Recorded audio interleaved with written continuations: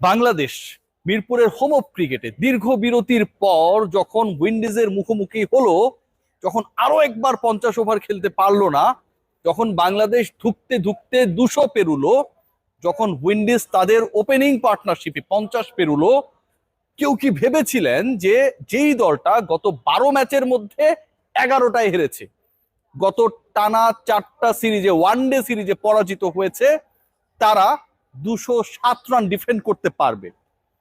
কেউ কি ভেবেছিলেন যাকে মেহেদী হাসান মিরাজ তার বোলিং অ্যাটাকের ফিফথ অপশন হিসেবে, পঞ্চম বোলার হিসেবে আক্রমণে নিয়ে আসলেন, রিশাদ হোসেন, তিনি পুরো ম্যাচের মোড় ঘোরাতে পারবেন?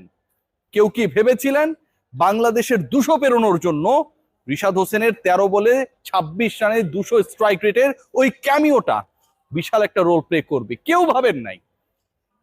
যা কেউ ভাবে নাই সেই জিনিসটি ভাবিয়েছেন রিশাদ হোসেন, করে দেখিয়েছেন রিশাদ হোসেন মিরপুরের হোম অফ ক্রিকেটে।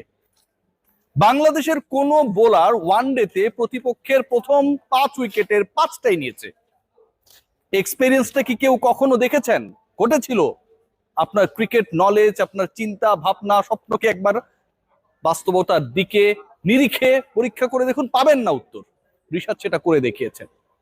বাংলাদেশ দলের প্রথম কোন ডানহাতি স্পিনার ওয়ানডেতে ইতিহাসে 5 উইকেট নিলেন, বাংলাদেশে অন্য কেউ নিতে পারেন নাই।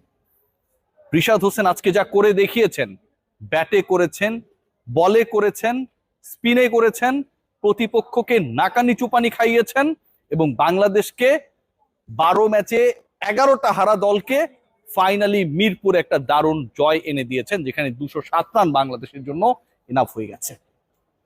রিশাদ আজকে যা করেছেন, যেভাবে করেছেন, সে এক্সপ্লেনেশনে যদি আমরা যাই, আমি যদি যাই, তাহলে দেখবেন শুরুতেই বলছিলাম যে বাংলাদেশের রান হচ্ছে 207, 50 ওভার খেলতে না পারা দলটা, মাহিদুল অঙ্কনের অভিষেক ম্যাচ, সৌম্য সরকারের কামব্যাক, একজন কিচ্ছু করতে পারেন নাই, আরেকজন সর্বোচ্চটা দিয়ে চেষ্টা করেছেন স্কোরটা যেন একটু হলেও সম্পৃক্ত হয়, মান সম্মানটা যেন থাকে। সেই ম্যাচে বাংলাদেশের সেই রান টপকাতে গিয়ে 51 রানের ওপেনিং পার্টনারশিপ দুই উইন্ডিজ ব্যাটারের। পাওয়ার প্লেতে বাংলাদেশের বোলাররা 10 ওভারে বাংলাদেশের বোলাররা they were not able to take any wicket, a single wicket. 45 run তুলে ফেললো উইন্ডিজ। যে আস্কিং রান রেট ছিল, সেই আস্কিং রান রেটের সাথে দারুণ ছন্দে এগিয়ে যাচ্ছিল ক্যারিবিয়ান ক্যালিপসোতে। রিশাদ বল করতে এলেন, পঞ্চম বোলার হিসেবে বল করতে এলেন। 51 থেকে 92, এই যে 41টা রান উইন্ডিজ অ্যাড করলো, এই 41 রানের মধ্যে 5 উইকেট নেই। বিনা উইকেটে 51 থেকে 92 রানে 5 উইকেট হারানো ওয়েস্ট ইন্ডিজ তখনই পথ হারায় যখন রিশাদ হোসেন জ্বলে ওঠেন। এক এক করে প্রত্যেকটা ব্যাটসম্যানকে ফিরিয়েছেন। তার ওই 5 ওভারের 3টা ক্যাচ নিয়েছেন নুরুল হাসান সোহান, একটা এলবিডব্লিউ, একটা সাইফের তালুবন্দি করে।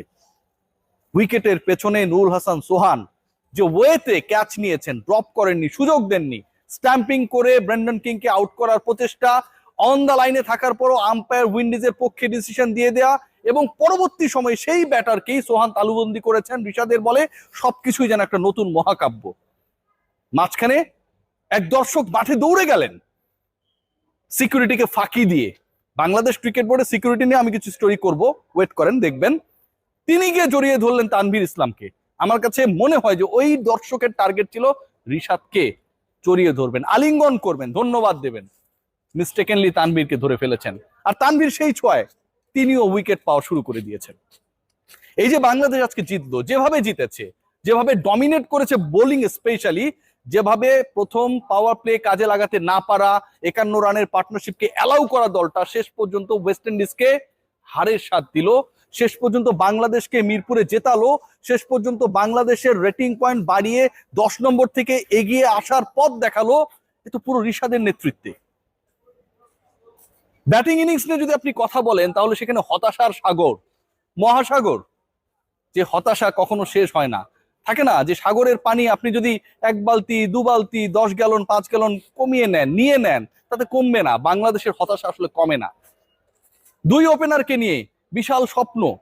সকালবেলা পোস্ট করেছিলাম যে আপনারা কাকে আসলে চান সাইফের পার্টনার হিসেবে। সৌম্য সরকারের নাম চলে এসেছে, শতে সাইফ, শতে সৌম্য, এস দিয়ে শুরু দুজনের নাম, দুজনই শেষ হয়ে গেলেন, সতেই শেষ হয়ে গেলেন অতি দ্রুত।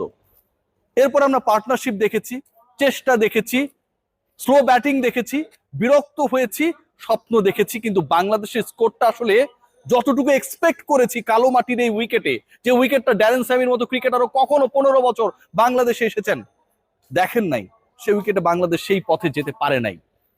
180-র মধ্যে যখন 7-8টা উইকেট চলে যায় সেই স্বপ্ন ধাক্কা খায়। যখন বাংলাদেশি ব্যাটাররা স্ট্যান্ডার্ড স্ট্রাইক রেট মেনটেন করতে ব্যর্থ হন, তখন বাংলাদেশের স্বপ্ন ধূলিসাৎ হয়ে যান। ঠিক ওই জায়গাটাতেও রিশাদ হোসেন কোথা থেকে যেন চলে এলেন ফিনিক্স পাখির মতো। 13টা বল খেলেছেন, পেস বোলিং এর এগেনস্ট অ্যাগ্রেসিভ ছিলেন, 13 বলে 2টা ছক্কা 1টা 4 মেরেছেন, বাংলাদেশের স্কোরটাকে 200 পেরুনোর একদম দ্বার প্রান্তে নিয়ে গিয়েছিলেন। 198 যখন দলীয় স্কোর তখন তিনি আউট হয়ে যান, এবং পরবর্তী এসে মুস্তাফিজ ছক্কা মেরে বাংলাদেশের স্কোরকে 200 পেরিয়েছে। 200 স্ট্রাইক রেটের রিশাদ আপনি খেয়াল করে দেখুন বাকি সবার থেকে আলাদা।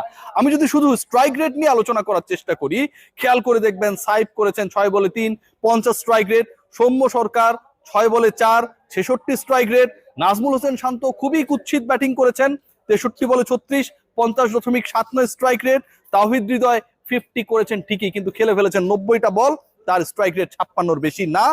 এবং মাহিদুল ইসলাম অঙ্কন অভিষিক্ত হওয়া এই ক্রিকেটার 76 বলে 46 করেছেন, স্ট্রাইক রেট 60।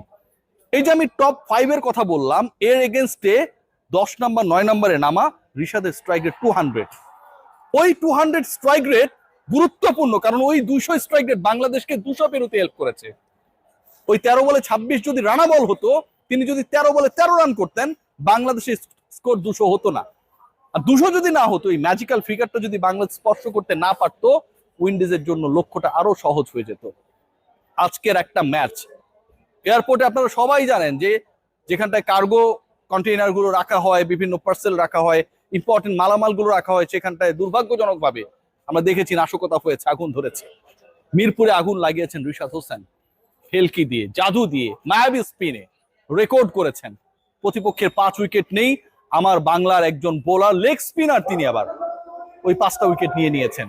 প্রথম ডান হাতে স্পিনার হিসেবে বাংলাদেশের ইতিহাসে ওয়ানডেতে প্রথমবার 5 উইকেট নিয়েছেন। প্রতিপক্ষের স্কোর যখন বিনা উইকেটে 50 পেরিয়ে গেছে, ঠিক তখন সেটাকে ধসিয়ে দিয়েছেন। বাংলার স্কোর যখন 200 পেরুবে কিনা সেই শঙ্কায় ছিল, ঠিক তখন 200 স্ট্রাইক রেটে ব্যাট করে বাংলাদেশকে সেই ম্যাজিক্যাল ফিগার 200 ক্রস করতে হেল্প করেছেন। তাকে দেখে কেউ কি শিখবে? এই উইকেট নিয়ে অনেক আলোচনা আছে, কথা আছে, সমালোচনা রয়েছে, বিতর্ক রয়েছে। সবকিছু যদি আমি একসেপ্ট করি, তারপরেও বলবো ultimately it was totally Rishad class. কেন জানেন? উইন্ডিজের ওপেনিং যদি আপনারা দেখেন, তাদের ব্যাটিং যদি আপনারা দেখেন, উইকেট কি খুব বেশি প্রভাব ফেলতে পেরেছিল 2 ওপেনারের এগেইনস্টে? পারে নাই। রিশাদের ব্যাটিং যদি আপনারা দেখেন, উইকেট কি খুব বেশি ইনফ্লুয়েন্স ক্রিয়েট করতে পেরেছিল? পারে নাই। আবার বাংলাদেশের বোলিং যদি আপনারা দেখেন, রিশাদ হি কেম অ্যাজ দ্য 5th বোলার, তার আগে আরো 4 জন বল করেছে। এতই যদি টার্নিং উইকেট হয়, তাহলে বাকি 4 জন যারা বাংলাদেশে বোলিং ডিপার্টমেন্টে রিশাদের আগে এসে অ্যাটাকে ছিলেন, তারাও কিন্তু কাজ করতে পারেনি। Rishad should be given a salute.